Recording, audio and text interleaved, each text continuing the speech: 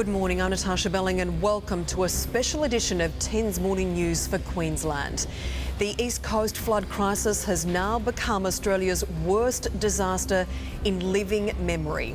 Watching and waiting. Brisbane is on blackout as power is cut to 50 suburbs and areas are evacuated.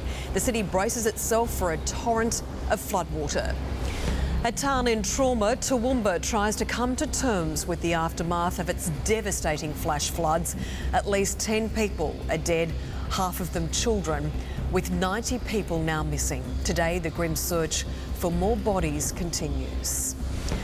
The Prime Minister faces the toughest test yet of her leadership. Julia Gillard is now in the flood zone as she promises Queensland whatever help it needs. And the danger moves south. Communities in northern New South Wales are now cut off as the water rises there.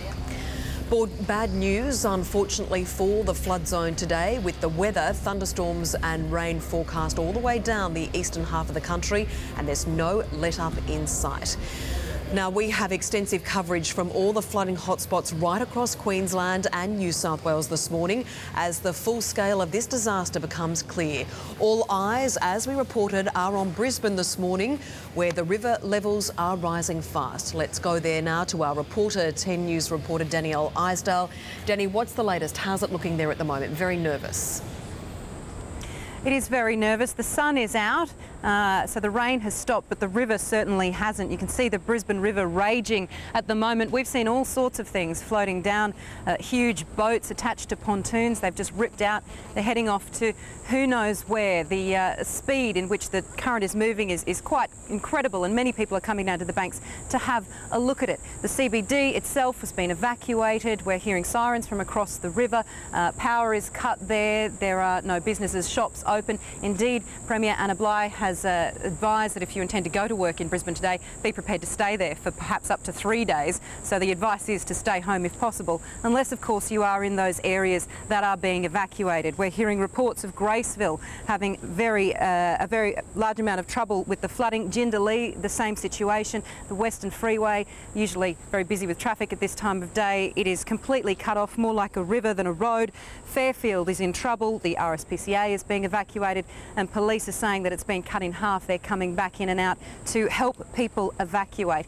They are subject, those low-lying suburbs, to the power blackouts as well. That's not good news for people who have stocked up their fridges, who are watching the TV to find out all the latest information, because it is updating all the time. This situation is changing, the data is changing, the modelling is changing. They can't say how bad it will be, but certainly with the Brisbane River level, we're expecting 4.5 metres today, 5.5 metres tomorrow. They are levels approaching those of the 1974 floods. So at the moment, very nervous, bracing, and who's to say just how bad it will get. And Danny, as you mentioned, of course, this situation is changing and developing right as we speak, and we'll of course cross back to you for any developments throughout this special bulletin. Danielle Isdale from Brisbane, thanks so much. Now, these are the areas in and around Brisbane which are expected to be affected today and tomorrow.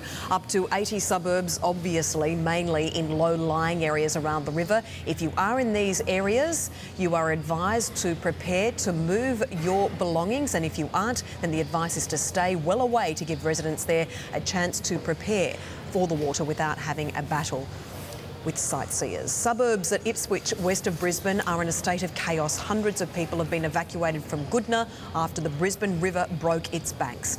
10 News reporter Summer Burke is in Ipswich this morning, and she filed this report a few moments ago.